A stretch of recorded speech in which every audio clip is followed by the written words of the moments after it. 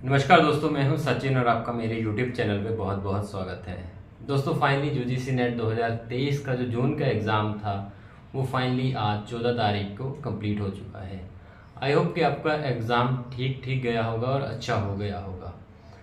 और इस वीडियो में हम इस एग्ज़ाम की जो जून 2023 में हुआ है, एक्चुअली जो अभी बहुत समय के बाद टाइम पे एग्ज़ाम हुआ है, उस एग्ज़ाम का रिव्यू करेंगे, एनालिसिस करेंगे, किस तरीके के क्वेश्चन आए थे, किस तरीके के क्वेश्चन हो सकते थे इस बार, या फिर एग्ज़ाम किस लेवल का था, पूरा एनालाइज करेंगे एग्ज़ाम को और एक प्रॉपर रिव्यू आपको इस चैनल पे इस वीडियो में देखने को मिल जाएगा।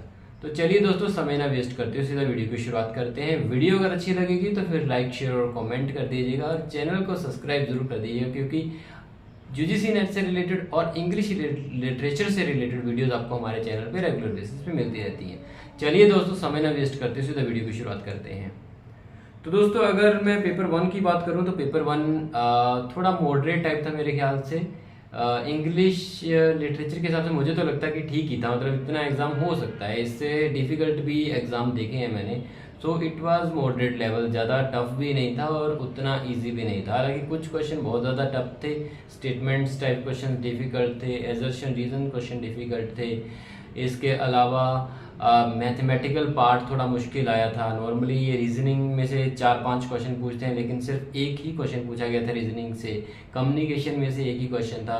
इसके अलावा टीचिंग एप्टीट्यूड में से 1-2 क्वेश्चन थे, 1-2 क्वेश्चन रिसर्च एप्टीट्यूड में से थे, 5 क्वेश्चन डीआई में थे, डेटा इंटरप्रिटेशन में थे, जो कि ईजी थे। मेरे ख्याल से 3 तो काफ़ी ईजी थे, 2 थोड़े ट्रिकी थे, एक ज़्यादा मुश्किल था। बाकी नॉर्मली सारे क्वेश्चन मेरे ख्याल से डीआई वाला पार्ट तो ठीक ही था बिल्कुल। और ईबीएस में से मुझे कोई क्वेश्चन नहीं दिखा, अगर आपको कोई दिखा होगा तो बता दीजिएगा। एक आधा मे भी बीच में था, मैं शायद फॉरगेट कर रहा हूँ because of memory issues, but I guess मुझे नहीं लगता कि कोई क्वेश्चन आया था डीआई में से। इसके अलावा 5-7 क्वेश्चन स्टेटमेंट टाइप्स वाले क्वेश्चन थे, 5-7 क्वेश्चन ही आपके एजर्शन रीजन वाले आए थे, जो कि थोड़े डिफिकल्ट थे मेरे ख्याल से। It can be A bit easier but it's fine. Exam में थोड़ा बहुत ऊपर नीचे होता रहता है, ठीक है, तो बड़ी बात नहीं है वो। इसके अलावा अगर मैं बात करूं तो नॉर्मली यही क्वेश्चन ही थे। आईसीटी में से कंप्यूटर वाले क्वेश्चन आए थे 2-3, वो भी साथ ही में इंक्लूडेड थे, ठीक है। तो ओवरऑल देखा जाए तो पेपर 1 मॉडरेट लेवल का ही कहूँगा मैं, इसे टफ नहीं कहूँगा। हालांकि बहुत सारे लोग टफ कह रहे हैं, बट मेरे ख्याल से उतना टफ नहीं था। इतनी आपको एक्सपेक्टेशन होनी चाहिए यूजीसी नेट से। पिछले कुछ टाइम में ज़्यादातर इजी एग्जाम आता रहा है, लेकिन इस बार मेरे ख्याल से मॉडरेट लेवल का था। नेट ने अपना लेवल दोबारा कायम करने की कोशिश की है उन्होंने, ठीक है। तो ये था मेरे ख्याल से पेपर 1 का रिव्यू, जो कि मुझे मॉडरेट लगा। फिलहाल जो मैं मॉर्निंग शिफ्ट में गया था, मॉर्निंग शिफ्ट का मेरे हिसाब से ये मॉडरेट लेवल क्वेश्चन था। तो चलिए दोस्तों, अब समय ना वेस्ट करते हुए पेपर 2 पे, अपने इंग्लिश पेपर पे आते हैं। तो देखिए, इंग्लिश की अगर मैं बात करूं तो इंग्लिश का एग्ज़ाम भी मुझे, अगर आप बोलो कि बहुत आसान था, ऐसा भी नहीं था, वो टफ भी नहीं था। English exam it's also of moderate level. कुछ क्वेश्चन जो थे वो ईजियर थे, लेकिन ज़्यादातर क्वेश्चन ट्रिकी थे और मेमोरी बेस्ड क्वेश्चन ज़्यादा थे। जिनका रट्टा थोड़ा अच्छा है, जिन्होंने क्रोनोलॉजी याद कर रखी है, जिन्होंने पब्लिकेशन ईयर्स याद रखे हैं, जिन्होंने राइटर्स की बर्थ डेट याद रखी हैं, उनके लिए मेरे ख्याल से ये एग्ज़ाम अच्छा स्कोरिंग रह सकता है। मैं क्योंकि नेट से उतना कनेक्टेड नहीं हूँ, because I am doing research, तो ज़्यादा कनेक्टेड नहीं हूँ मैं पिछले कुछ समय से नेट एग्ज़ाम से। तो मुझे तो थोड़ा टफ लगा, थोड़ा मुश्किल लगा, क्योंकि वो सारी डेट्स वगैरह मुझे अब याद नहीं है उतनी ज़्यादा, ठीक है। तो वो पार्ट, क्योंकि ज़्यादातर क्वेश्चन उसी पार्ट में से आए थे, इसीलिए मुझे थोड़ा ट्रिकी सा लगा कि थोड़ा थोड़ा analysis based comprehension type based question हो सकते थे, जो कि बिल्कुल मेरे ख्याल से 8 से 10 क्वेश्चन ही थे कॉम्प्रिहेंशन टाइप, इससे ज़्यादा नहीं थे, ठीक है। अगर वैसे मैं बात करूँ डोमिनेंट जॉनर की बात करूँ तो वो रहा British literature, history of British literature.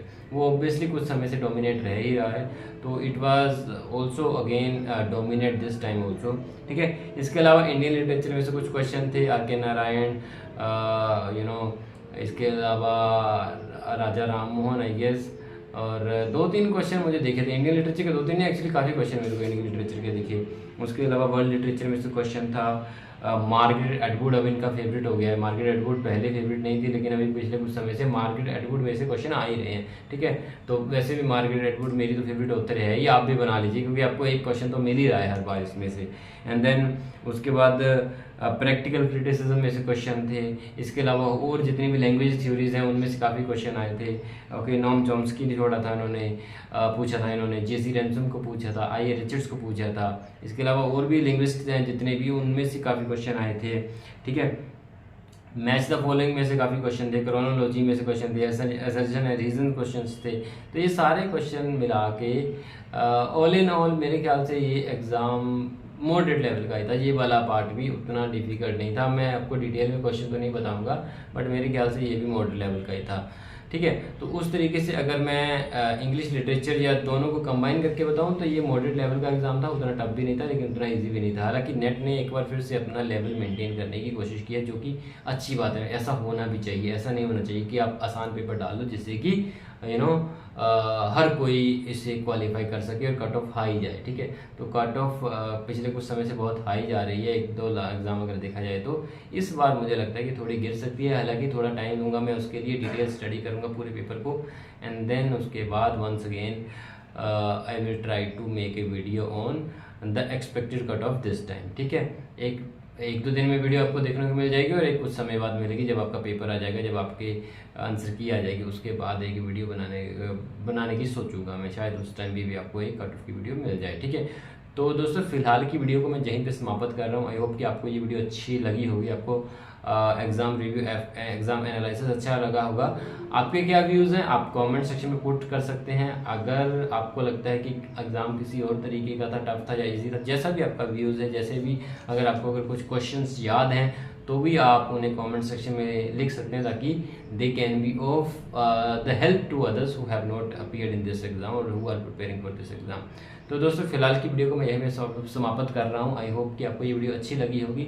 अच्छी लगी है तो कमेंट सेक्शन में प्रेज कीजिए, वीडियो को लाइक कीजिए और शेयर कीजिए और चैनल को सब्सक्राइब कर दीजिए। नई वीडियो लेके जल्दी आपके सामने हाजिर होंगे। तब तक के लिए thank you very much and have a great day.